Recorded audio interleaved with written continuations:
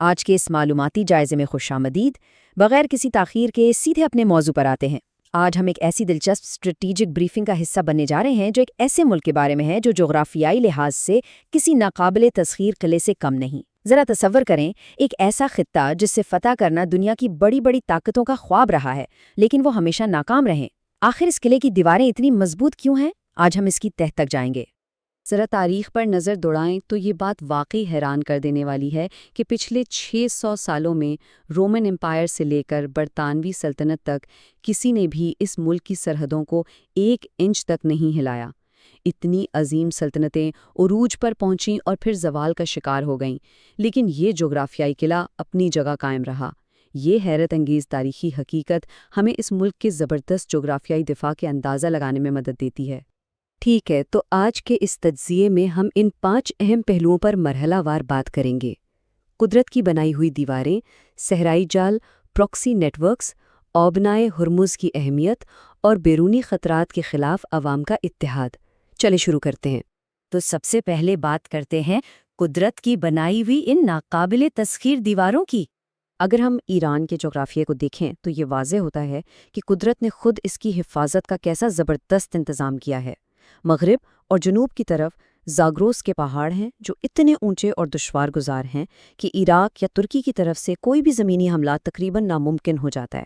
اور شمال میں وہاں البرز کا پہاڑی سلسلہ بحیرہ خزر اور آذربائیجان کی سرحدوں پر ایک مضبوط ڈھال بن کر کھڑا ہے، یعنی کسی بھی حملہ آور کے لیے پہلا قدم ہی ان بلند ترین اور سنگلاخ چوٹیوں سے ٹکرانا ہے۔ اور بات صرف شمال یا مغرب کی نہیں ہے، مشرق میں بھی پہاڑی سلسلے ایک ربن کی طرح بچھے ہیں جو افغانستان اور پاکستان کے راستے بلاک کرتے ہیں۔ جہاں پہاڑ نہیں ہے وہاں دجلہ اور فرات کے دلدلی علاقے قدرتی خندقوں کا کام کرتے ہیں۔ اور اگر کوئی سوچے کہ سمندر کے راستے سے حملہ کیا جائے تو 8,731 کلومیٹر کی اس پوری باؤنڈری میں سے 32% سمندری ساحل ہے۔ یہاں 1.5 کلومیٹر اونچے پہاڑ ساحل سے 250 کلومیٹر اندر تک پھیلے ہوئے ہیں، جن میں ایسے بلائنڈ سپاٹس ہیں جہاں خفیہ میزائل بیٹریاں چھپی ہیں۔ یہ واقعی کسی بھی فوج کے لیے ایک لاجسٹک ڈراونا خواب ہے۔ اب فرض کریں کوئی دشمن ان بیرونی دیواروں کو پار کر بھی لیتا ہے تو آگے کیا ہے؟ دوسرا مرحلہ ہے اسٹریٹجک صحرائی جال۔ یہاں ایک بہت ہی اہم ملٹری کانسیپٹ آتا ہے جسے اسٹریٹجک ڈیپتھ یا تصویراتی گہرائی کہتے ہیں۔ اس کا مطلب یہ ہے کہ ایک ملک کا رقبہ اتنا وسیع اور مشکل ہو کہ حملہ آور فوج کی سپلائی لائنز کھینچ کر خود ہی ٹوٹ جائیں۔ ذرا سوچیں، ایران کا کل رقبہ 16 لاکھ مربع کلومیٹر ہے، یعنی اس میں پاکستان جتنے 2 ممالک بآسانی سما سکتے ہیں۔ اتنے بڑے اور مشکل علاقے میں وقت خود بخود دفاع کرنے والے کا سب سے بڑا اور جان لیوا ہتھیار بن جاتا ہے۔ آئیے اس الجھن کو قدم بقدم سمجھتے ہیں۔ پہلے تو دشمن کو ان انتہائی دشوار گزار اور اونچے پہاڑی بارڈرز کو عبور کرنا ہوگا، پھر ان کا سامنا دشت کویر اور دشت لوت جیسے وسیع، بنجر اور خطرناک صحراؤں سے ہوگا۔ یہ علاقے اتنے سخت ہیں کہ ایران کے اہم شہر جیسے تہران اور اصفہان سرحدوں پر نہیں بلکہ ملک کے بالکل اندر محفوظ مقامات پر واقع ہیں۔ وہاں تک پہنچتے راستے کی طوالت اور سخت موسم ہی دشمن کی خوراک اور سپلائی کو مکمل طور پر ختم کرنے کے لیے کافی ہوتے ہیں۔ ہمارا تیسرا پوائنٹ بھی حد درجہ دلچسپ ہے اور وہ ہے پراکسی نیٹ ورکس۔ اب یہاں ایک بہت زبردست ٹوسٹ آتا ہے۔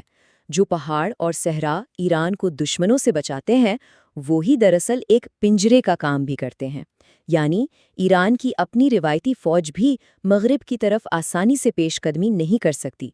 یہ جغرافیہ دراصل ایک 2 دھاری تلوار ہے۔ تو اس رکاوٹ کا حل کیا نکالا گیا؟ روایتی جنگ کے بجائے ایران نے اپنا اثر و رسوخ بڑھانے کا ایک بالکل مختلف طریقہ اپنایا ہے۔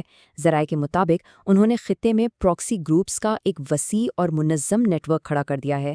ان میں لبنان کی حزب اللہ، یمن کے ہوتھی، عراق کی اسلامک ریزسٹنس اور فلسطین میں حماس اور اسلامک جہاد شامل ہے۔ ان گروپس کی مدد سے ایران اپنی سرحدوں سے بہت دور تک اپنا سیکیورٹی کنٹرول قائم رکھنے میں کامیاب رہتا ہے، اور وہ بھی اپنی فوج کو ان مشکل خطوں سے گزارے بغیر۔ چلے اب آگے بڑھتے ہیں چوتھے پہلو کی طرف، جو کہ پوری دنیا کی معیشت سے جڑا ہے، آبنائے ہرمز کا چوک پوائنٹ۔ خلیج فارس کا داخلی راستہ یعنی آبنائے ہرمز کی جغرافیائی صورتحال انتہائی منفرد ہے۔ یہ صرف 50 کلومیٹر چوڑا ایک تنگ راستہ ہے۔ اس کے شمالی ساحل پر ایران کا مکمل اور واحد کنٹرول ہے اور اس کی وی شکل اسے دفاع کے لیے بہترین بناتی ہے، جبکہ دوسری طرف جنوبی ساحل کا جغرافیہ کافی نوکیلا ہے، جس سے بحری جہازوں کے لیے نیویگیشن مشکل ہوتی ہے اور اس ساحل پر 7 مختلف ممالک کا کنٹرول بٹا ہوا ہے۔ اس کا سیدھا سا مطلب یہ ہے کہ اس انتہائی اہم داخلی راستے پر ایران کو مکمل تصویراتی برتری حاصل ہے۔ اور اس برتری کی اہمیت کا اندازہ اس بات سے لگائیں کہ دنیا بھر کے تیل کی ترسیل کا 20% حصہ صرف اور صرف اسی ایک تنگ راستے سے گزرتا ہے۔ اس کے علاوہ قطر کی 90% LNG بھی یہیں سے ہو کر جاتی ہے۔ یہ محض ایک آبی گزرگاہ نہیں ہے، یہ پوری دنیا کی توانائی کی شہرگ ہے۔ اب اس بڑے ہندسے پر غور کریں، $6 ٹریلین۔ ذرائع کا اندازہ ہے کہ اگر 2025 میں اس آبنائے ہارمز کو مکمل بند کر دیا جائے تو عالمی معیشت کو فوری طور پر $6,000 ارب کا دھچکا لگ سکتا ہے۔ یہ وہ سب سے بڑی طاقت ہے جو ایران کو بین الاقوامی دباؤ کے خلاف ڈھال فراہم کرتی ہے۔ دنیا جانتی ہے کہ یہاں کسی قسم کی چھیڑ چھاڑ کا مطلب پوری عالمی معیشت کو خطرے میں ڈالنا ہے۔ اور اب ہم پہنچے ہیں اپنے آخری لیکن سب سے اہم حصے کی طرف، بیرونی خطرات کے خلاف عوام کا اتحاد۔ اندرونی طور پر اگر دیکھا جائے تو ذرائع کے مطابق ایران ایک انتہائی پیچیدہ معاشرہ ہے۔ یہ ایک کثیر النسل ملک ہے جہاں پرشین، آذری، کرد، عرب، بلوچ اور ترکمن جیسے کئی گروہ بستے ہیں۔ ان کے درمیان تاریخی لحاظ سے گہرے قبائلی اور نسلی اختلافات رہے ہیں۔ حال ہی میں دسمبر 2025 کے مظاہروں کے جو افسوسناک اعداد و شمار ذرائع سے سامنے آئے، ان کے مطابق 7,000 سے زائد اموات ہوئیں۔ یہ اس بات کی نشاندہی کرتا ہے کہ اندرونی کشیدگی کتنی گہری اور حقیقی ہے۔ لیکن یہیں پر اس ملک کے سماجی ڈھانچے کا سب سے دلچسپ اور حیران کن پہلو سامنے آتا ہے۔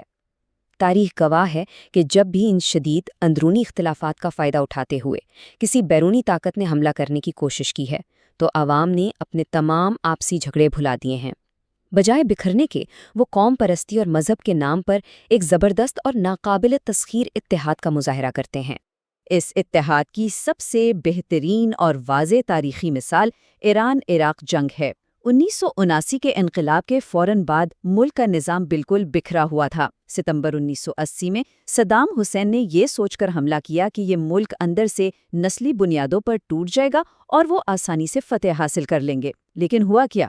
1982 تک عام شہریوں نے فوج کے شانہ بشانہ کھڑے ہو کر اپنے تمام علاقے دشمن سے واپس چھین لیے۔ 1988 میں جب یہ جنگ ختم ہوئی تو 10 لاکھ جانوں کا نقصان ضرور ہوا تھا، لیکن حملہ آور 1 انچ زمین بھی فتح نہ کر سکا۔ اس بیرونی خطرے نے عوام کو لوہے کی طرح مضبوط اور متحد کر دیا تھا۔ تو ان سب باتوں کو جاننے اور سمجھنے کے بعد اب ہم کیا نتیجہ اخذ کر سکتے ہیں؟ ناقابل عبور پہاڑ، طویل اور سخت صحرا، عالمی معیشت کو کنٹرول کرنے والا سمندری راستہ، پراکسی نیٹ ورکس اور سب سے بڑھ کر ایک ایسی عوام جو بیرونی خطرے پر سیسا پلائی دیوار بن جائے، یہ سب مل کر ایک ایسا قلعہ بناتے ہیں جو واقعی ناقابل تسخیر معلوم ہوتا ہے۔ آخر میں یہ سوال بہت کچھ سوچنے پر مجبور کر دیتا ہے۔ کیا واقعتاً کسی ایسے ملک کو فتح کیا جا سکتا ہے جس کی حفاظت انسانوں سے زیادہ اس کی زمین اور جغرافیہ کر رہا ہو؟ آج کے اس معلوماتی جائزے میں ہمارے ساتھ شامل ہونے کا بہت شکریہ۔ امید ہے آج آپ کو اس پیچیدہ خطے کے بارے میں بہت کچھ نیا اور دلچسپ جاننے کو ملا ہوگا۔